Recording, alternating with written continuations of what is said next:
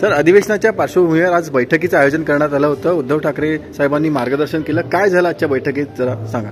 येणाऱ्या अधिवेशनामध्ये या सरकारला कोंडीत कसं पकडायचं आणि जे प्रश्न महाराष्ट्रातले ऐरणीवरती आहेत ते लावून धरणार आणि सरकारला त्याचा जाब विचारणार आणि महाराष्ट्र जनतेला न्याय देणार या दृष्टीने आमची रणनीती ठरलेली.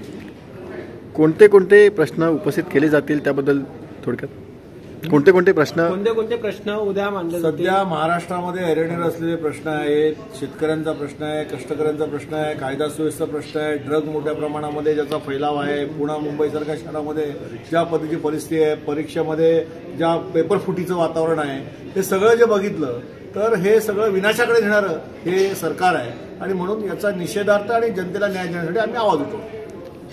सर, हे शेवटचं अधिवेशन असेल, त्यानंतर निवडणुकांची घोषणा होईल, तर त्या दृष्टीने कशा प्रकारे तुम्ही सरकारला सकाळी शिवसेना पक्षप्रमुख उद्धव ठाकरे बोलले आहेत की हे या सरकारचं निरोपाचं अधिवेशन आहे. ठीक आहे सर. पण त्यावरून मुख्यमंत्री असं म्हणतायत की निरोप हा फेसबुक लाईव्हच्या माध्यमातून दिला जाणार आहे की प्रत्यक्षात भेटून दिला जाणार आहे. जनतेच्या दरबारात त्यांना कळेल. जनतेच्या दरबारात त्यांना नक्की कळेल. एबीपी माझा, उघडा डोळे बघा नीट.